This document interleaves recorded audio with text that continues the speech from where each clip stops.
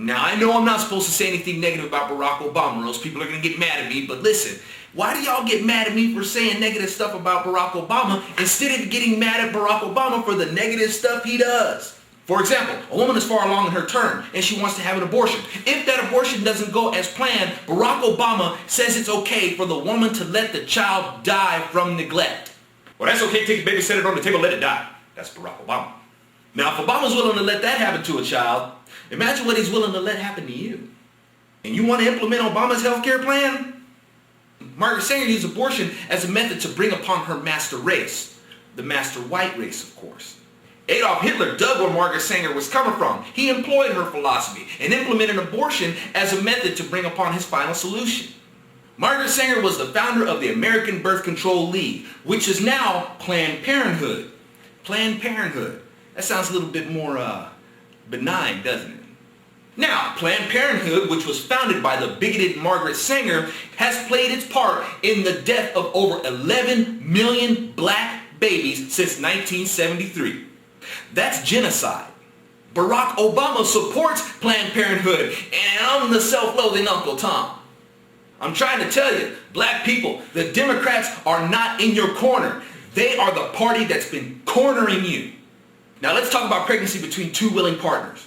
Y'all have sex, girl gets pregnant, guess what? That was no accident. I don't care how much birth control you use. I don't care how many layers of condoms you must have put on. I don't care. If you got pregnant, that was no accident. Why? Because remember, the primary function of sex is to reproduce. If you engage in the acts of sex and you end up pregnant, that was no accident. That was supposed to happen.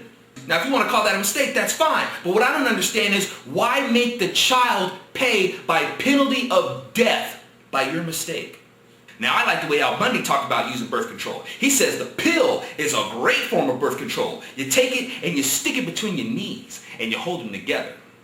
Now, if that couple feels like they made a mistake and feel they're not ready to raise that child, then bless that child with a family who's ready and willing to raise that child.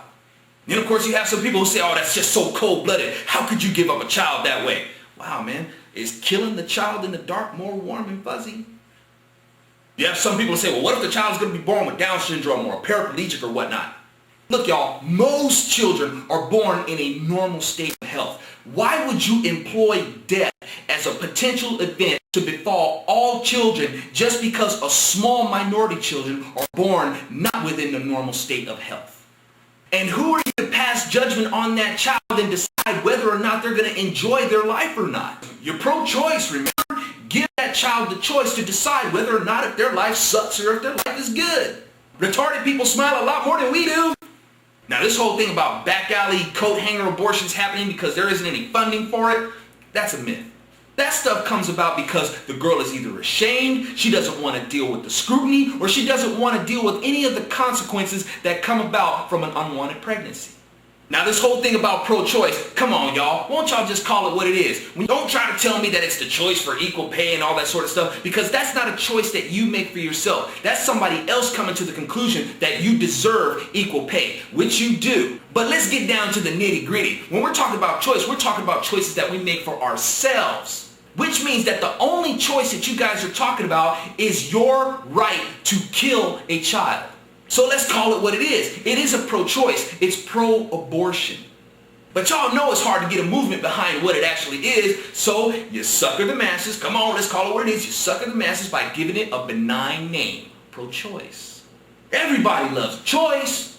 Girl power, that's great. I'm with you on that. But where is the empowerment in killing a child? Some people say, well, it's just a spot of blood. What's the big deal? Well, I've always heard that blood is thicker than water, right? And if that's the case, that makes that spot of blood that you refer to it as your family. And some people want to say, well, that fetus doesn't qualify as human because that fetus can't survive outside the womb. Well, come on, y'all. Barack Obama has already proven to you guys that you can carry a child to full term, put it on the table, and that child will still die regardless of how well it's developed. A full-term infant has to have intervention in order to survive. Some people say that a child in the womb is nothing more than a parasite. Well, what about the baby that was birthed? When that baby breastfeeds, what would that make that child? That child is feeding off of the host, right? So according to your logic, I guess the children could be like 18 months outside of the womb. That child is still leeching off the parents. Ooh, you gotta kill that little parasite. And even when a child is like 12 and 13 years old and says, yo, I want some money for school, or I want some money for this Xbox, or I want some money for this and that, whatever, that child is still leeching off the parents. Ooh, you gotta kill that little parasite. See, by your logic, a child could be aborted at any time. Now, of course, we conservatives are seen as hypocrites because we're pro-life, yet pro-death penalty. Y'all, these two things are not in the same boat. They're not even in the same ocean. How y'all can draw the comparison between those two is beyond me. You got people who are interested in protecting the life of a killer, yet are willing to take the life of an innocent unborn child. When a person commits or is committing murder, they forfeit their right to live. If a force of people is coming to kill the population of another territory, you are going to have to send a counterforce to make sure they are stopped. Most likely going to have to kill them in the process to make sure that they don't kill a mass of people. I hate it when people say that fighting for peace is like raping for virginity. Okay, ladies, now if you're one of those who subscribe to that philosophy, listen, what these people are telling you is that even if you're about to get raped, don't fight back. There's never an excuse to fight. Fighting is always unacceptable.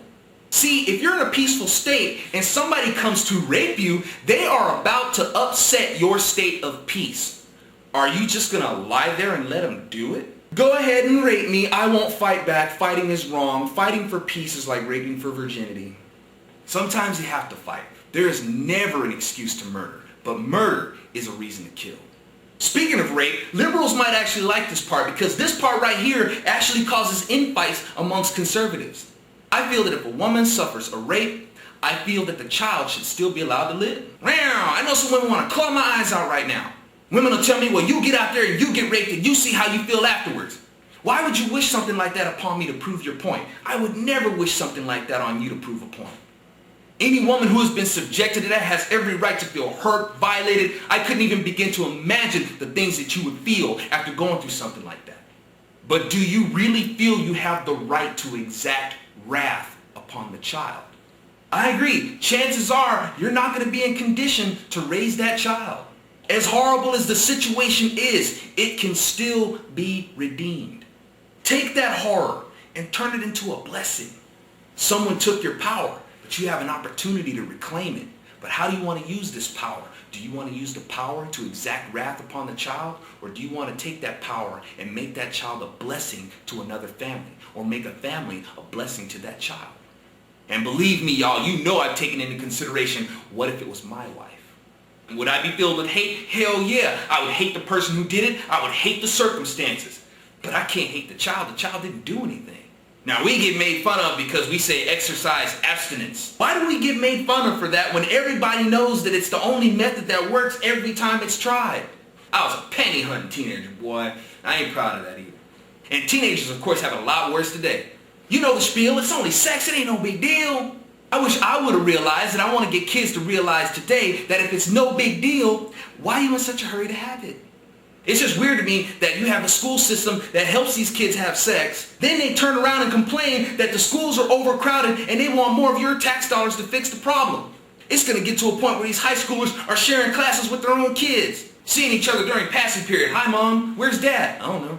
We've tried to teach abstinence. It's stupid. It doesn't work. We spent too much money on it and spent too much time on it. Good effort. You got all these liberals who put all this energy into these protests and these demonstrations for whatever it is that you want. Wow, if only you put that kind of effort into promoting abstinence. And the truth is, it really wouldn't take all that. All it would really take is you getting out of our way. Now, what's sad is that they have brought upon the problem, refused to implement the education of abstinence as a means to solve the problem, but the liberal Democrats have a better method to solve the problem. What they do is that they take the pregnant child out of school, have the doctor perform an abortion, because we don't want that new little kid coming and adding to the population of the school, and they can do that without that teenager's parents knowing about it.